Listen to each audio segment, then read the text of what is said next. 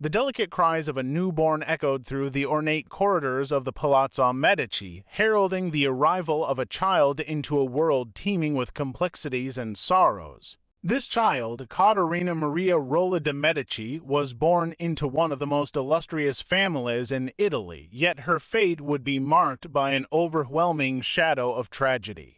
Her father, Lorenzo de' Medici, the Duke of Urbino, was gravely ill, afflicted by both syphilis and tuberculosis. Just as her mother, Mylène d'Urdoa, a noble woman from France, was recovering from the trauma of childbirth, she succumbed to postpartum fever. Within a mere fortnight, Caterina had lost both parents, leaving her an orphan before she had even comprehended what love and maternal care were. Despite this desolation, the infant inherited a staggering legacy: the immense wealth and prestige of the Medici dynasty.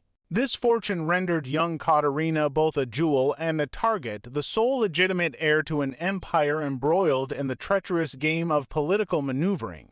Entrusted to the care of her uncle Giulio de' Medici, who would ascend to the papacy as Clement III, her upbringing was meticulously orchestrated. From her earliest days, her existence veered between opulence and uncertainty, nestled in the protective confines of convent walls and extravagant palaces. Initially, she was nurtured by her paternal grandmother, Alonsina Orsini. However, following Alonsina's death in 1520, Caterina was sent to the convent of Lurate, where the nuns provided not just shelter but a comprehensive education. Unlike many noble girls of her time, Caterina's studies encompassed far more than the customary prayers and embroidery.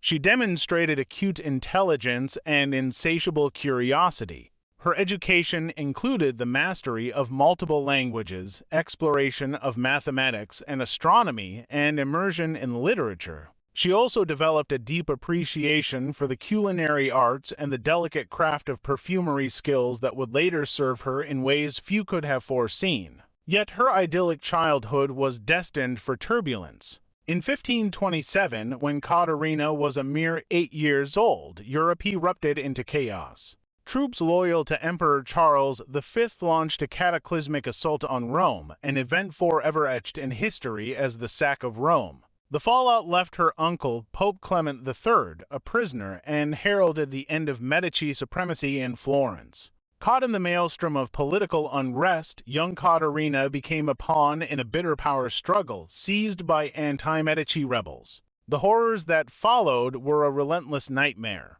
Isabel, as she was sometimes referred to, endured being held hostage, subjected to threats of brutal humiliations. Some suggested stripping her and displaying her before soldiers, while others cruelly proposed placing her atop the city walls, a living target for enemy cannon fire. Wrapped in a cloak of silence, she witnessed her innocence crumble away, shaping her character into one of caution and calculation, instincts necessary for survival. When the Medici regained their stronghold, her uncle Clement orchestrated her release.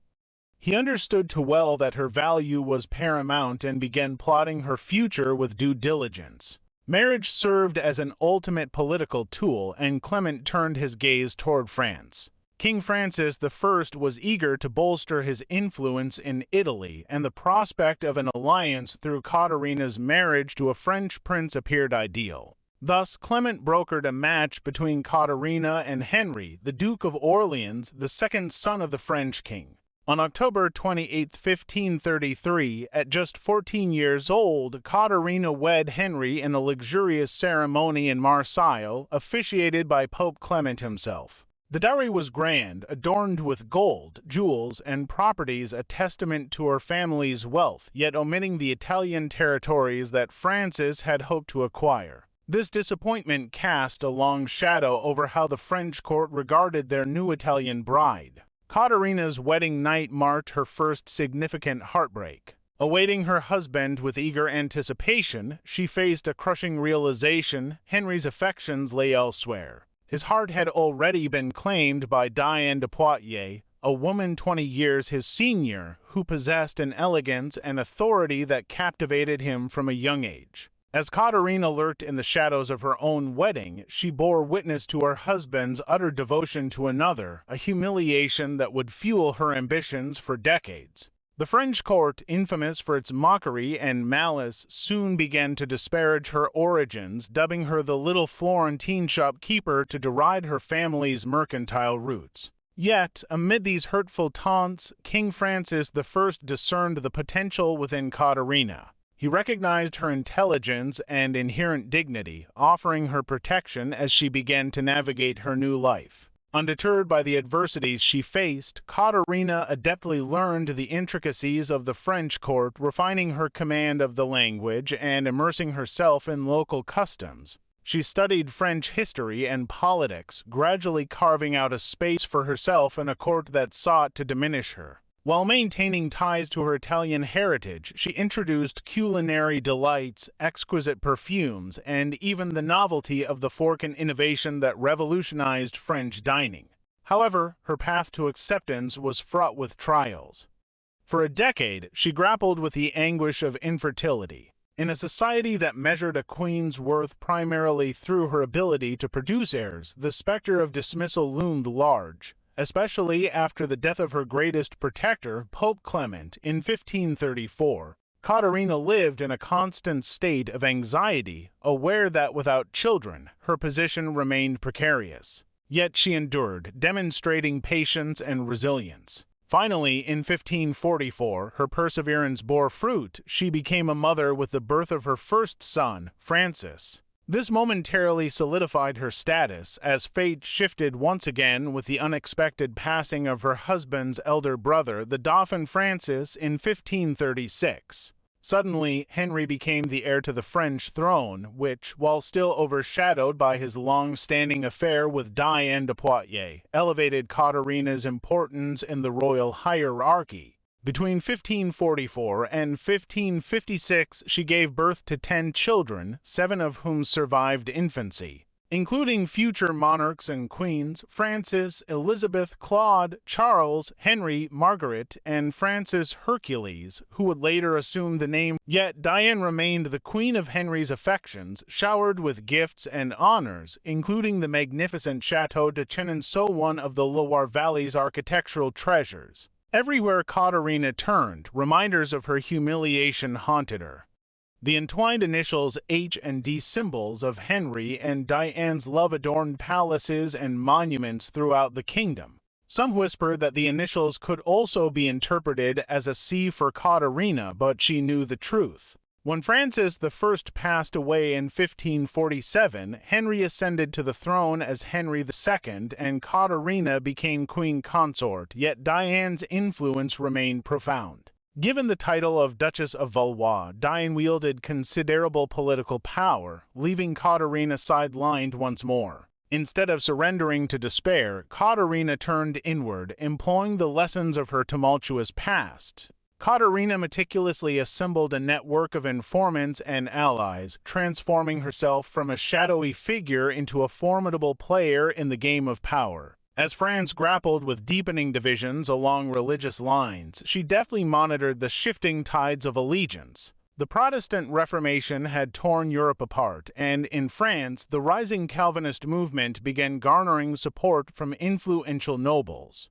The Catholic Guise family and the Protestant Bourbon line prepared for inevitable conflict, and although Caterina did not yet fully comprehend her role in this impending turmoil, destiny was already at her doorstep. On June 30, 1559, celebrations swept through the streets of Paris, marking the marriage of Caterina's daughter, Elizabeth, to Philip II of Spain. What was intended to be a joyous occasion quickly devolved into tragedy when Henry II, in a tournament held in his honor, faced Gabriel de Montgomery, captain of his Scottish Guard. The clash of their lances shattered one weapon, sending a deadly splinter through the visor of Henry's helmet.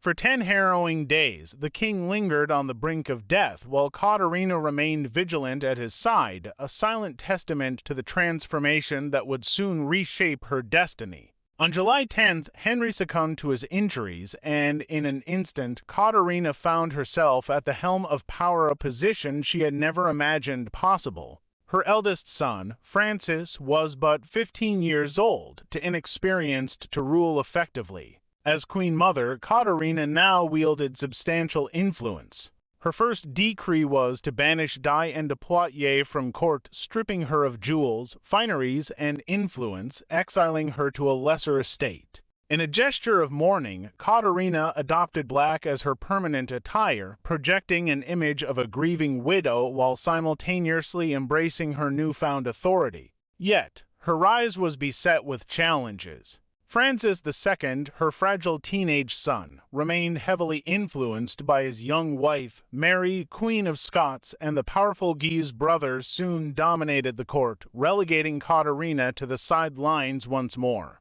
However, no longer was she the mockable little Florentine merchant of her youth. Years of hardship had finally honed her into a shrewd strategist. She built alliances, established networks, and rapidly adapted to the realities of her reign. Amidst the backdrop of escalating tensions between Catholic and Protestant factions, Katerina recognized the precarious nature of extremes. Although she possessed a Catholic faith, her priorities lay in the preservation of her son's monarchy, so she sought a middle ground, undertaking efforts for reconciliation. However, the land was drenched in violence, culminating in a conspiracy of Huguenot nobles in March 1560 aiming to seize control of the young king. When the plot failed, those implicated faced merciless executions, a gruesome vita for all who threatened the crown. The lessons learned from this bloodshed echoed in Katerina's mind. Mercy held little significance in political maneuverings, and her son Francis II's rule was tragically brief. He died from an ear infection, leading to the ascension of her second son, Charles IX, who was merely 10 years old. At long last, Katerina seized her moment as regent, placing her authority front and center. She appointed Michel de l'Hopital, a humanist and moderate, as the chancellor, undertaking the monumental task of mending the fractured kingdom. In 1561, she organized the Colloquy of Poissy, a critical meeting meant to foster dialogue between Catholic and Protestant theologians. Although the effort yielded little success, it revealed her genuine intent for peace. In January 1562, she passed the Edict of Saint-Germain, which granted limited tolerance to Huguenots. Yet this overture further infuriated the hardline Catholics, and soon thereafter, violence erupted in response to the infamous massacre of Vassy in March 1562, where a group of Huguenots were mercilessly slaughtered. This tragic event sparked the onset of the French Wars of Religion, a brutal conflict that would ravage the nation for the next 3 decades. Caught amidst the violent storm, Katerina navigated through treacherous waters, prioritizing royal survival over strict adherence to theological doctrines. Her pragmatism earned her skepticism from both sides. To the radicals, she was excessively lenient, while to the Huguenots, she was never truly committed. Yet, she maneuvered with a remarkable grace, orchestrating strategic marital alliances for her daughters Elizabeth to Philip II of Spain, Claude to Charles III of Lorraine, and Margaret to the Protestant Prince Henry of Navarre, who would later become Henry IV of France. Each of these unions was a calculated move, aimed at solidifying her children's stakes in a tumultuous realm. To project royal authority, Katerina undertook the Grand Tour of France from 1564 to 1566, showcasing the might and splendor of the Valois monarchy. She and the youthful Charles IX toured the kingdom, staging grand festivals that combined artistry and spectacle, reinforcing the image of an established and united crown. Amidst this public grandeur, Katerina immersed herself in the arts and architecture, commissioning the Palace of Tuileries from architect Philibert Delorme, a manifestation of her ambition and exquisite taste.